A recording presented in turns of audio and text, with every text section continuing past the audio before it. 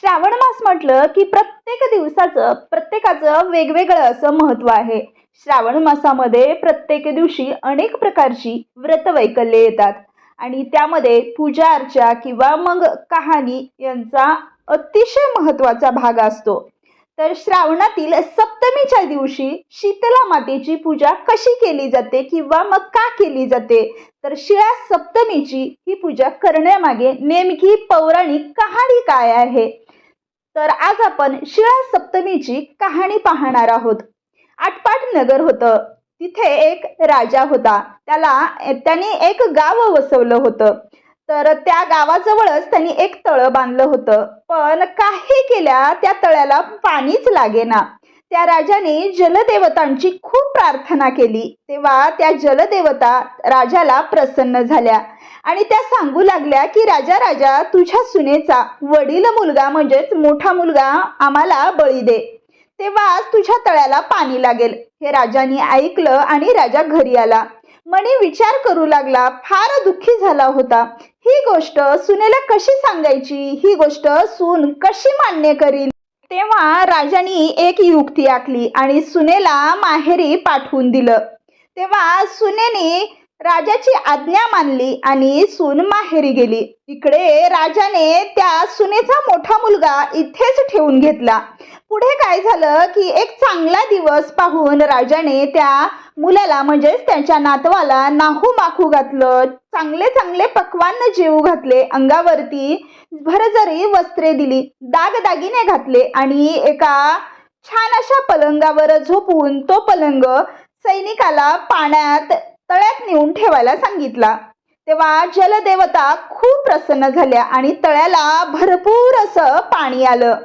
पुढे राजाची सून माहेरून येऊ लागली. त्या सुनेने भावाला बरोबर घेतलं आणि तळ्याजवळ आली. तेव्हा तिने पाहिलं की तळ्याला भरपूर असं पाणी लागलेलं आहे. तिथं तिला श्रावण शुद्ध सप्तमी पडली होती आणि त्यातच तिला तिच्या शिळा सप्तमीच्या वशाची आठवण झाली.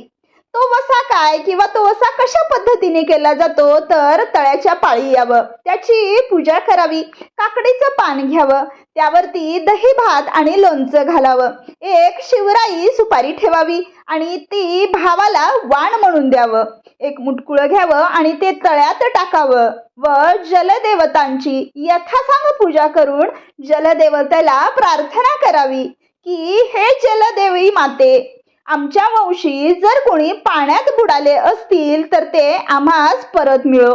याचप्रमाणे तळ्यात उभं राहून राजाची सून हे व्रत करू लागली किंवा याचा वसा वसू लागली. तेव्हा काय झालं की खालून कोणीतरी पाय ओढू लागलं. कोण पाय ओढतंय म्हणून ती आतमध्ये पाहू लागली. तेव्हा तिचा मोठा मुलगा त्या सुनेच्या दृष्टीस पडला. तिनं त्याला उचलून कडेवरती घेतलं आणि आश्चर्य करू लागली की हा मुलगा पाण्यात कसा गेला आणि तो जिवंत कसा झाला. मग त्या मुलाला घेऊन ती सासरी येऊ लागली. राजाला सुद्धा कळालं की सून आपल्या मोठ्या मुलासोबत परत येत आहे. राजास खूपच आश्चर्य वाटलं. त्यानं त्या सुनेचे पाय धरले आणि तिची क्षमा मागितली. अगं ग सुनबाई, शिळा सप्तमीचा हा व्रत कसं केलंस किंवा तुझा मोठा मुलगा तुला परत कसा मिळाला.